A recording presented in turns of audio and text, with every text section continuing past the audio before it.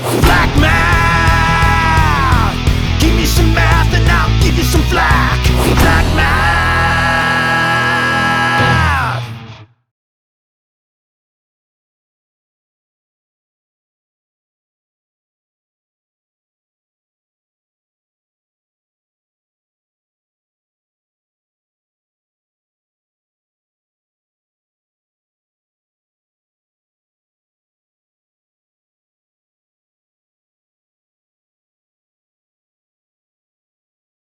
All right, this lesson is called Numerical Expressions. Now, you guys have been dealing with numerical expressions since you were in kindergarten, or probably before that. Okay? Here's some examples of numerical expressions. 7 is a numerical expression. Or any number by itself is a numerical expression. Here's another numerical expression. 14 divided by 2. 4 plus 3. Negative 21 divided by negative 3. 2 plus 2 plus 1 plus 2. Okay? These are all numerical expressions. Now they all happen to have the same value or the same number. Okay? Do you guys see how all of these expressions represent the same number? What's the number? 7. So this is the same number written 5 different ways. Okay? So when I say what's the number, you have to find the value of it if it's not already given like it is right here. So to find the value is called evaluate. Okay? That's what it means to find the value, evaluate. So when I say evaluate this, you're going to do some arithmetic. You're going to do some math. Okay? You're going to add, multiply, subtract, divide, whatever. Okay? When I say solve something, that's different. That is trying to find a value for a variable. Okay? So that's not what it means to evaluate. All right? Now, these are numerical expressions. Put simply, numerical expression contain only numbers. Okay? So these can only contain numbers. And then like symbols like addition or subtraction or whatever, positive, negative signs.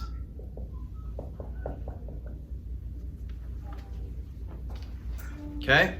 There's another type of expression called an algebraic expression. So technically,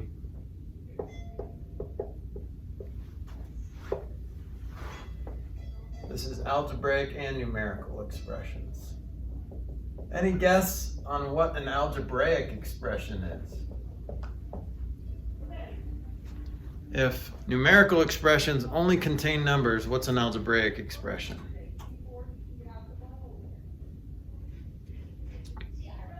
Think beyond the box. Yeah, so they could have letters in them. Okay? So here's the important distinction. They could contain letters, but they don't have to. Because here's the deal. These are also algebraic expressions. So algebraic is like the daddy, the big daddy expressions that, like all mathematical expressions that we're going to talk about, most mathematical expressions that we're going to talk about are algebraic expressions. Some of those algebraic expressions could be numerical expressions if they only contain numbers, but all of these are algebraic expressions. Okay? So it's kind of like all squares are rectangles, but not all rectangles are squares, right? Just chew on that rectangle for a little bit. Okay? Oh, I just realized we made pizza last night, and that's what I'm eating for lunch. That was a happy moment. It's good. It's homemade pizza. I made it. It's good. All right. So algebraic expressions. So here's the deal. Contain only numbers comma, emphasis on comma, or only letters, emphasis on another comma, or both. Okay? So it could just be only numbers, like all these numerical expressions. It could just only be letters, like x, right? Or xy. Or it could be both, like 2x, or 2x plus 2y. Okay? So those are examples. So here's some examples of algebraic expressions that contain only numbers. Could be like 7, 14 over 2, 4 plus 3, negative 21 over negative 3, 2 plus 2 plus 1 plus 2, or only letters, x, xy, x to the y, whatever, or both, 2x, 3x plus y, y squared, etc. Okay? So all of these things on the board are algebraic expressions, but only some of them are numerical expressions. Do you guys understand the distinction between the two types of expressions? Okay, awesome. All right, 4 plus x. Is this a numerical expression or an algebraic expression? Right. Now, usually that's not one or the other. If it's not algebraic, it has to be numerical. No, that's not how it works. Because if it's not algebraic, then it's not numerical either, okay? Like cat is not an algebraic expression, so it's not a numerical expression. Kitty is not an algebraic expression, so it's not a numerical expression. Yeah, okay. So 4 plus x is a algebraic expression. It's not a numerical expression because it doesn't contain only numbers. It has a letter in there. Oh, that would have been bad. I should put that over here. And that would have been on film, me spilling that coffee. It's not good. It's not how you want to start a week. Okay, so this value, we can't determine the value, right? We cannot evaluate this algebraic expression. See, we cannot evaluate until we know the value of x. Because right now, that value of x, we don't know. It varies. It could be anything. What is something that varies? What is something that is able to vary called? Variable, okay? You know what word I was thinking about? I think I woke up in the middle of the night and thought about this word. Like the word liable, like liable. Like you're liable for that. Is that a word? Liable? Like you're liable if you're held responsible for that, you know? I thought that was reliable. So reliable is you're able to be relied upon. Okay? So liable, you're able to lie? Is that how that works? It means you're like indentured, that type of thing. Yeah. I don't know. Liable? Because that would seem like the opposite of liable. I don't know. Okay. So maybe it was made more sense when I was really tired. Okay?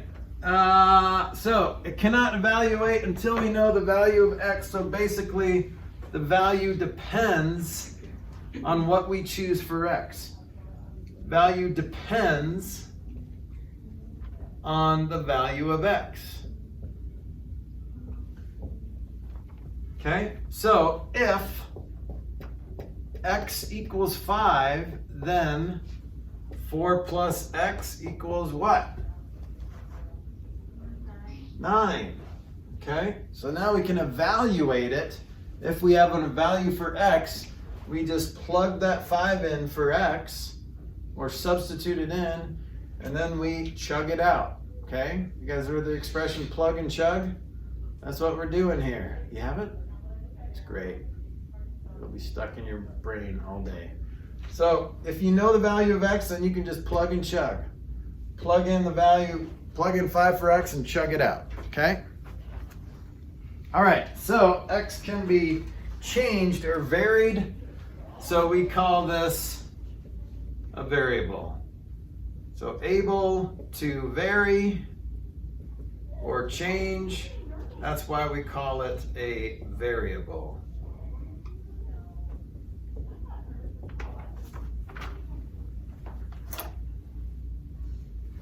Another word that we use is unknowns. We don't really use the word letters, even though we use the word literal in algebra. Like a literal expression is only letters. So that's a numerical expression is only numbers. A literal expression is only letters, but an algebraic expression is one or the other or both. Okay? So literal, we don't use the word letters, we use variables or unknowns. Okay? Now, what if something's not able to vary? Then what do we call that? What if something never changes? What do we call that? Or what do we call someone who never changes? Unchangeable. Unchangeable. All right, yeah. So this 4 is an unchangeable, but we call it another word. What's that? Unvariable? Non-variable. No. Regular number. It will never change. That's like what goes through my head. But no, this is a regular number too. But it will constantly be 4. So we call that a constant. Never changes. Nothing's going to ever change that 4 from being a 4. Now you can change the expression if you change the value of x, but that 4 will always be 4. You can always count on 4 being 4. It's constant. It never changes. Like you say, 4 equals 5. Well, then you have an equation that's called a false equation. Okay? But that 4 is always a 4. Don't let anyone tell you different. Okay? So, just a quick reminder that when you have a letter next to a number, it doesn't matter which order you do it in, but we always like to put the number first. So it makes more sense alphabetically too. Numbers usually go before letters, but sometimes numbers are last in an alphabetical list. But in algebra, we put numbers first. 4x instead of x4. What's the danger of saying x4? Do you have what's the danger of that, Ryan? Multiplication. It is multiplication still, but why does that look weird? Or how can you confuse that with something else? What's the something else you can confuse it with? Yeah, an exponent. It could, if you're going too fast, you could say x to the 4th. You could read that as x to the 4th. Or if you're trying to write x to the 4th and you do that, well, if you have it in your mind, well, I'm always going to put the number first in a multiplication problem, in an algebraic multiplication problem, then you won't get confused with this being an exponent, because you'll never see this unless it's as an exponent. Okay, so always put the number first if you can help it. All right? This is confusing, so I'm going to write confusing underneath that. The other way, you might see a parenthesis. One of them in parentheses. You could see them both in parentheses. You could have a dot in between, but you can also have an X in between, but obviously that's confusing, right? So try to avoid using X's from now on when you're doing multiplication, okay? So either use a dot, or if it's a number next to a letter, just write it right next, just squish it, glue it.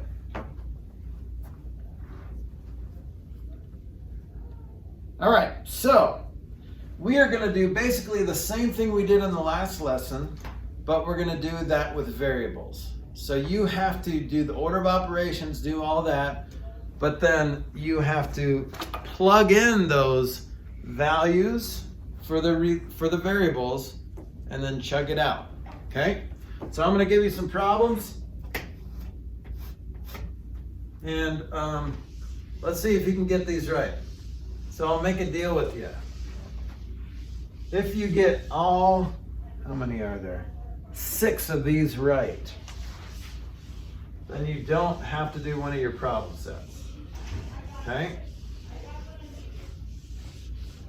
Now, here's the other thing I'm going to do is I'm going to let you work together, compare your answers with people. So after you try 6 of these together, I want you to compare your answers and make sure you're happy with these answers, and then you can submit them to me, okay? And I'll check them. So don't look in your book, because these are all in your book. If you're at home, try to do this, so you can press pause after I do this and see if you get the right answer. Okay, so here's example 1. XMP. Okay, so X equals 4, M equals -5, and P equals 2. So that's example 1. Example 2. 4YZ minus 5. Y equals 2, Z equals 10. Example 3. Y minus Z. Y equals -2, Z equals -6. Example 4. -A minus B minus AB. A equals -3, B equals -4. Let me just make sure I did that right. Yep. Example 5. -x minus parenthesis -a plus b. Okay, x equals 2, a equals -4, and b equals -6. Example 6, last one. X minus y parenthesis -a plus x. X equals -2, y equals 3, a equals -4.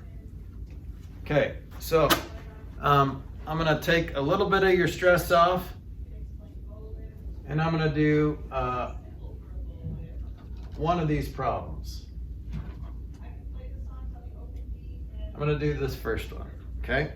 So here's what I would do. When you're plugging in numbers, I think it's safe. The safest thing to do is to put parentheses around it, especially if they are negative numbers, okay?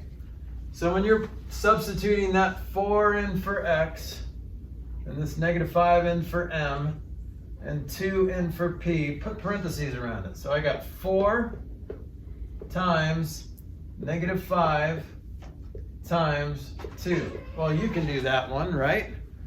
So this is just all multiplication. So just count up the negative signs. There's an odd number of negatives, so it's -4 times 5 times 2. So that's 40. -40, right? Okay, see if you can do the next 5 by yourself, and then check your answers. Compare with your classmates, see if you get them right. Okay, real quick, answers are -40, 75, 4, -5, 0, and -8. We're just gonna do, did you guys, is this the only one you guys got wrong? Or did you get some of these wrong? I got 4 wrong.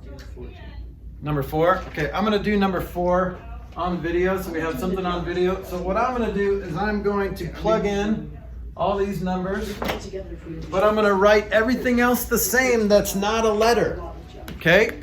So I'm still going to write that negative sign, and then I'm going to plug in negative, parenthesis negative 3 for A, minus, because that's not a letter, and then parenthesis negative 4 for B, okay, minus parenthesis negative 3 times parenthesis negative 4, okay? I think this is the safest way to do it. Now you can say, all right, so this is negative negative 3, so 3 plus positive 4, right? Minus negative 4 is plus positive 4, so 3 plus 4 minus negative 3 times negative 4 is positive 12. So then you have 3 plus 4 minus 12 is negative 5. Okay? All right, good job, guys. Wait, so Flack!